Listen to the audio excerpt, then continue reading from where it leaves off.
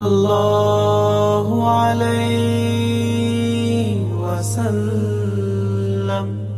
حضرت خضر علیہ السلام کو اللہ نے خصوصی علم سے نوازا تھا، اور حضرت خضر علیہ السلام اسلامی تاریخ میں ایک اہم مقام رکھتے ہیں۔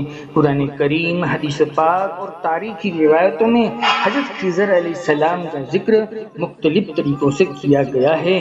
ان کے واقعے کو سمجھنا اور اس سے حاصل ہونے والے اسباب پر غور کرنا ہمارے ایمان کو مضبوط کر دیتا ہے۔ دوستو، حضرت خضر علیہ السلام کا ذکر قرآن مجید کی سورہ کہف میں ملتا ہے، جہاں ان کی ملاقات حضرت موسیٰ علیہ السلام سے ہوتی ہے۔ حضرت خضر علیہ السلام کی شخصیت بہت پر اسرار ہے اور ان کے بارے میں مختلف روایتیں موجود ہیں۔ قرآن مجید میں ان کا نام صراحتاً نہیں آیا، لیکن بہت ساری روایتوں میں ان کی شخصیت کو خضر کے نام سے جانا جاتا ہے۔ حضرت خضر علیہ السلام کے بارے میں کہا جاتا ہے کہ وہ اللہ کے ایک ولی ہیں جنہیں اللہ نے خاص علم عطا کیا تھا۔ اس علم کے ذریعے وہ ایسے واقعات کے بارے میں جانتے تھے جو عام انسانوں کی سمجھ سے بالاتر تھے۔ بعض روایتوں کے مطابق حضرت خضر علیہ السلام کو خضر اس لیے کہا جاتا ہے کہ جہاں بھی وہ قدم رکھتے تھے وہاں سبزہ اگ آتا تھا۔ ان کے نام کے بارے میں مختلف روایتیں ہیں، لیکن اس کی اصلی شخصیت کو اللہ نے دنیا کے لوگوں سے مخفی رکھا ہوا ہے۔ بعض لوگ اس کو نبی بھی کہتے ہیں۔ دوستو، حضرت موسیٰ علیہ السلام کا واقعہ حضرت خضر علیہ السلام کے ساتھ قرآن مجید کی سورہ کہف میں تفصیل کے ساتھ بیان کیا گیا ہے۔ اس واقعے کا آغاز اس وقت ہوتا ہے جب حضرت موسیٰ علیہ السلام اللہ سے دعا کرتے ہیں کہ اے اللہ، انہیں وہ علم عطا کیا جائے جو ان کے پاس نہیں ہے۔ اللہ تعالیٰ نے حضرت موسیٰ علیہ السلام کو حکم دیا کہ آپ ہمارے ایک ایسے بندے سے ملاقات کرو گے جس کے پاس ہمارا دیا ہوا خاص علم موجود ہے۔ حضرت موسیٰ علیہ السلام کو اس بندے کی تلاش میں اللہ کے حکم پر ایک خاص مقام پر جانے کا حکم دیا جاتا ہے۔ اس مقام کی نشانی یہ تھی کہ اس جگہ پر ایک مچھلی زندہ ہو جائے گی اور دریا میں چلی جائے گی۔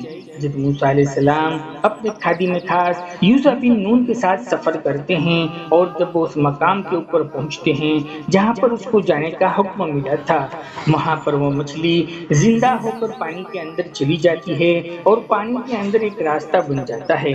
حضرت موسیٰ علیہ السلام اس نشانی کو دیکھ کر حضرت خضر علیہ السلام سے ملاقات کرتے ہیں اور ان سے درخواست کرتے ہیں کہ وہ ان کے ساتھ رہے تاکہ وہ ان سے علم حاصل کر سکے۔ حضرت خضر علیہ السلام ان کو بتاتے ہیں کہ ان کے ساتھ رہنا آسان نہیں ہوگا، کیونکہ وہ ان کے ساتھ جو کچھ بھی دیکھیں گے اس پر آپ صبر نہیں کر سکیں گے۔ لیکن حضرت موسیٰ علیہ السلام حضرت خضر علیہ السلام سے وعدہ کرتے ہیں کہ وہ صبر کریں گے اور کچھ نہیں بولیں گے، صرف خاموشی سے سب کچھ دیکھتے جائیں گے۔ حضرت موسیٰ علیہ السلام کو حضرت خضر علیہ السلام کے ساتھ سفر کرتے ہوئے 3 واقعات پیش آتے ہیں۔ حضرت موسیٰ علیہ السلام اور حضرت خضر علیہ السلام ایک کشتی میں سوار ہوتے ہیں۔ جب کنارے اترتے ہیں تو حضرت خضر علیہ السلام اس صحیح سالم کشتی کو توڑ دیتے ہیں، تو حضرت موسیٰ علیہ السلام خوب حیران ہو جاتے ہیں اور ان سے سوال کرتے ہیں کہ خضر، آپ نے یہ کیا کر دیا؟ تو حضرت خضر علیہ السلام انہیں یاد دلاتے ہیں، ہم نے پہلے ہی کہا تھا کہ آپ صبر نہیں کر پائیں گے۔ حضرت موسیٰ علیہ السلام ان سے معافی مانگتے ہیں اور کہتے ہیں کہ آئندہ وہ سوال نہیں کریں گے، خاموش ہی رہیں گے۔ اس کے بعد جب سفر آگے بڑھتا ہے تو حضرت خضر علیہ السلام ایک کھیلتے ہوئے بچے کو قتل کر دیتے ہیں۔ حضرت موسیٰ علیہ السلام یہ منظر دیکھ کر حضرت خضر علیہ السلام سے کہہ اٹھتے ہیں کہ آپ نے ایک بے گناہ بچے کو کیوں قتل کر دیا؟ حضرت خضر علیہ السلام پھر ان کو یاد دلاتے ہیں کہ ہم تو پہلے ہی کہتے تھے کہ آپ صبر نہیں کر پائیں گے۔ حضرت موسیٰ علیہ السلام دوبارہ ان سے معافی مانگتے ہیں اور آئندہ وہ خیال کریں گے اس کا وعدہ کرتے ہیں۔ دوستو، سفر جب آگے بڑھتا ہے تو وہ بستی والوں سے کھانا طلب کرتے ہیں، لیکن وہ انکار کر دیتے ہیں۔ لیکن پھر بھی حضرت خضر علیہ السلام وہاں ایک ٹیڑھی ہوئی گرنے کو قریب دیوار کی مرمت کر دیتے ہیں۔ حضرت موسیٰ علیہ السلام پھر حیران ہو جاتے ہیں اور ان سے کہتے ہیں کہ آپ نے ان لوگوں کا کام مفت میں کر دیا، اگر ہم اسے اجرت لے لیتے تو ہمارے کھانے کا انتظام ہو جاتا۔ اس پر انہیں حضرت خضر علیہ السلام بتاتے ہیں یہ ہمارا آخری سفر ہے، اور اب میں آپ کو ان تمام واقعات کے راز بتاؤں گا کہ کیا اللہ کی حکمت تھی اور کیا اللہ کی منشا اس کے اندر چھپی ہوئی تھی۔ حضرت خضر علیہ السلام حضرت موسیٰ علیہ السلام کو بتاتے ہیں کہ وہ کشتی ایک غریب خاندان کی ملکیت میں تھی اور اس علاقے کا بادشاہ زبردستی اچھی کشتی کو چھین لیتا تھا۔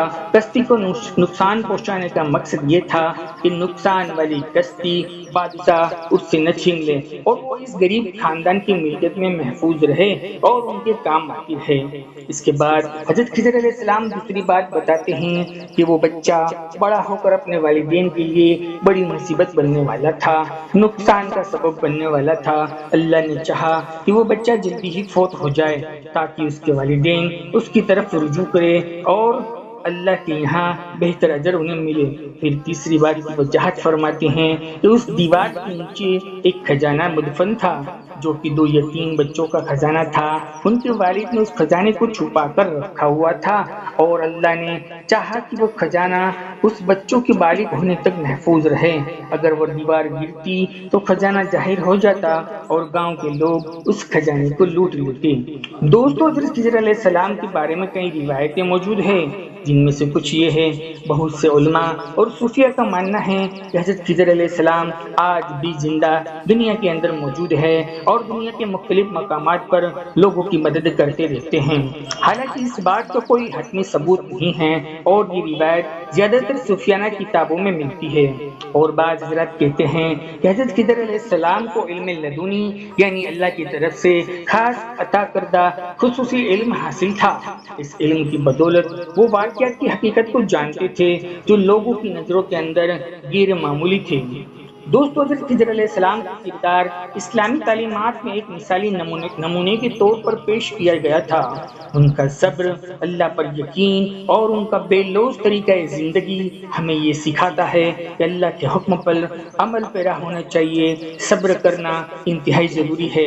ان کے ساتھ رونما ہونے والے واقعات اللہ پر یقین، صبر اور علم سیکھنے کی دعوت دیتے ہیں، کیونکہ علم کے حصول کے لیے محنت اور لگن ضروری ہے۔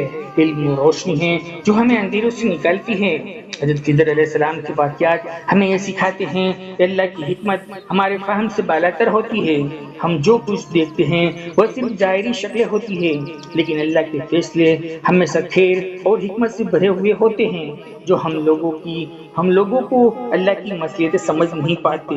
دوستو، اس ویڈیو پسند آیا ہو تو ایک اچھے کمنٹ کی گزارش کرتے ہیں۔ زندگی رہی تو پھر ملیں گے ایک اور نئے ٹاپک کے ساتھ، تب تک بندے کو اجازت دیجیے۔ اللہ حافظ۔